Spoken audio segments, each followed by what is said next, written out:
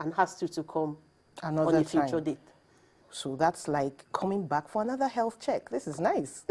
So it's always an opportunity. It's one of the benefits of blood donation. Okay, can a woman give blood? Of course.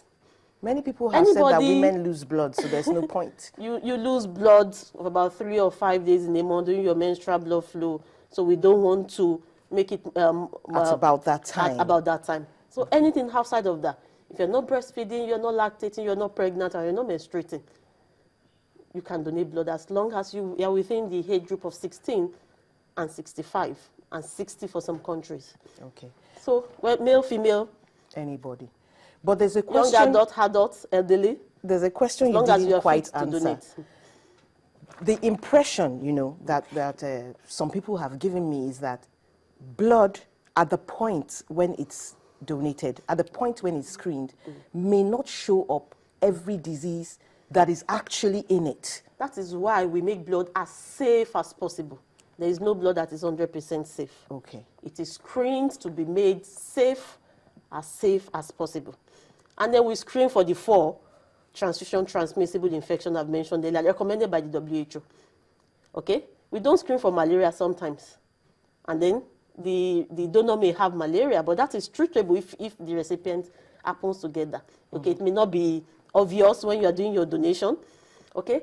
Why do we ask the donor questions, the pre-donation questions, to ensure that you have a lifespan that is suited to being a safe voluntary blood donor? How long does it take the person to recuperate after giving blood? We usually recommend 4 to 6 monthly to donate. Before you donate another, okay, before you donate another one. But once you donate, you are asked to rest for about 30 minutes, have a drink, and then you are good to go. I think some people, don't you think some people go a bit far with that drink? They just get all sorts of malt things, milk, it's actually not necessary. And take a lot of calories. If you've been eating well and you've had a nice meal before donation, you donate. Donation usually takes about 5 to 10 minutes. Another few minutes to relax and get your blood pressure stabilized, and then you are good to go. What we just recommend that you just have an increased fluid intake for the rest of the day. Okay, so do you recommend that such a person will come for maybe a follow-up visit to check if it's still okay after donating the blood, maybe a week later or something like that? It's not necessary. You're fit to go. Because some people say they feel really weak after they've given the blood. I see that happen sometimes, okay? When people donate, especially among our men, you know, the African men, they want to show that they are men and they are strong. And as soon as they donate, they want to get up immediately and they want to start going about, or even want to go and play football or something. The recommendation is that you have your blood donation, you rest for a few minutes, 30 minutes, you have a drink of water so that your blood pressure can stabilize. Because what happens is that you have donated about 1/10 of your blood volume. Okay?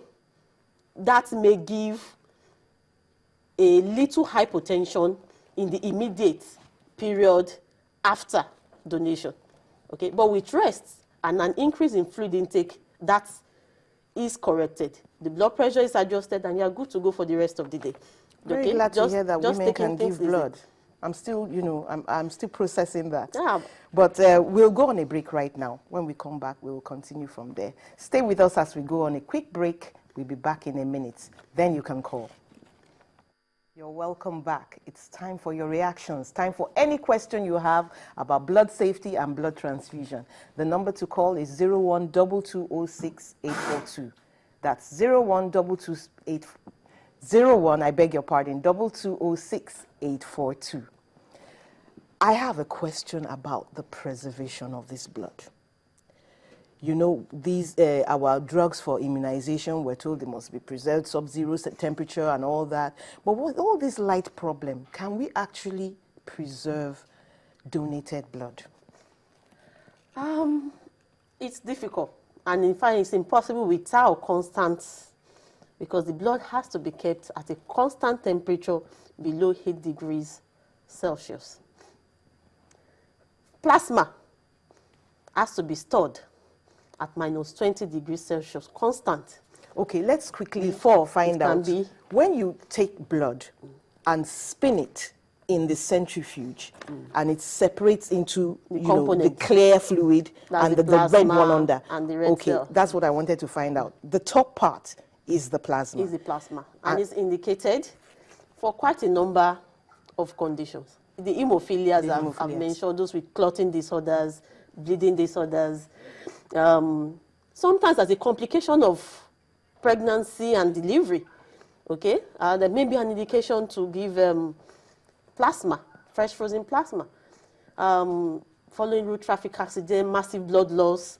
So there are also indications by itself for fresh frozen plasma. So when we collect blood, we spin into its different components. We store differently because plasma, for example, has to be stored at -20, and then or lower, and rest will have to be stored at -8. So you need constant power supply. Let's just take a minute and find out if Lucky is still on the line. Hello, Lucky. Hello. Hello, Lucky. Please, let's have your question. Yes, good morning, and thank you for the program, for having this. You're most welcome. I want to find out whether the quantity of blood or the volume of blood, if after donating, will not affect the health of... Not at all, Lucky. As I said, you only donate 1/10 of your home blood volume. Let's say you're an average 70-kilogram male. That means you have about 5 liters of blood. And we collect only 450 of these 5,000 mils. We collect 450 mils of the 5,000 mils of blood. Okay, so that's just about 1/10, and that causes no harm absolutely to the donor.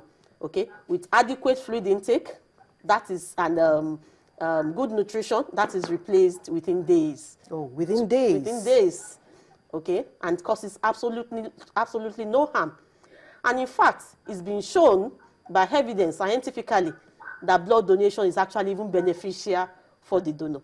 Okay, apart from the fact that it offers an opportunity for health check and health maintenance and health education, the fact that you're donating blood and blood is being produced in the bone marrow is an opportunity to continuously cleanse and renew your bone marrow.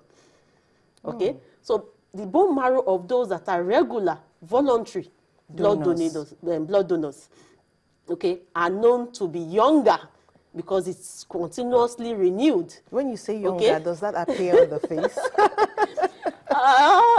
It would eventually, because this blood is the source of life. Okay. Okay, and blood indication to donate blood is being produced in the bone marrow, and the bone marrow is renewed for every time that you donate blood. Okay, but we were talking about preservation now. We didn't quite get it through when Lucky called. As I said, the three main important components of blood safety, okay, is the safe donor, and that means that we mean regular voluntary blood donors, the blood donation itself, and then thirdly, a sustainable, strong national blood program.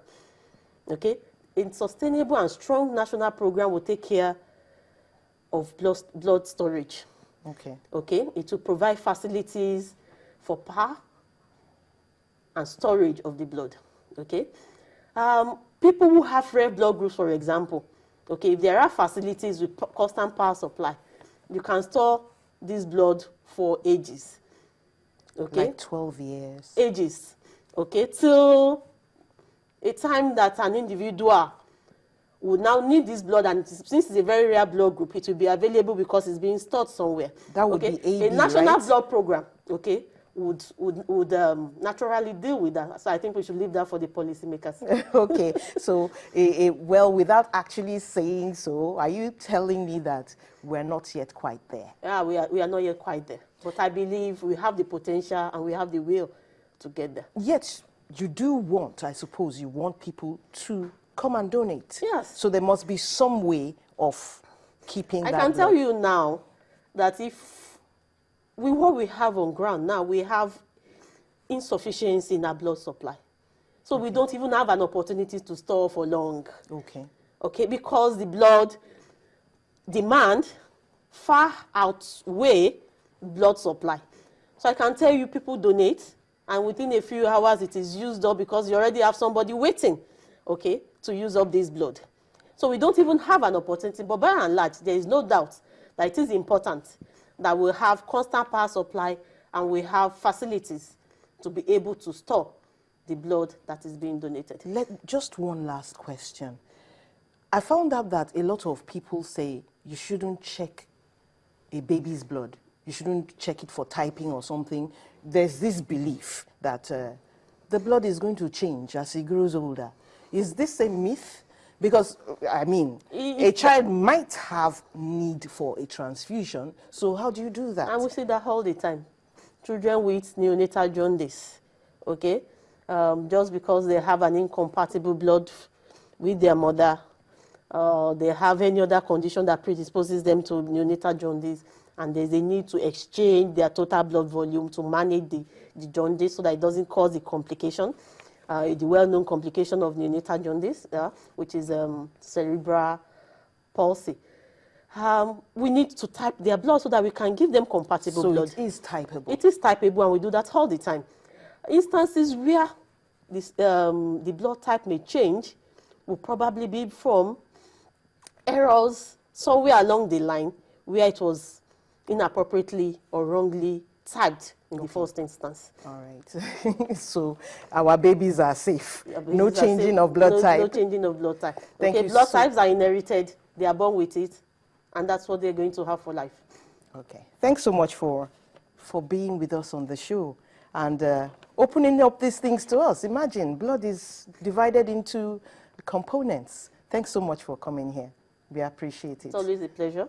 Thank you very much for staying with us, you there at home, being with us throughout the show. Thank you, Lucky. And I know there were some others trying to call in. Thanks for being with us. Have a great day. I am Mary Alale Yusuf.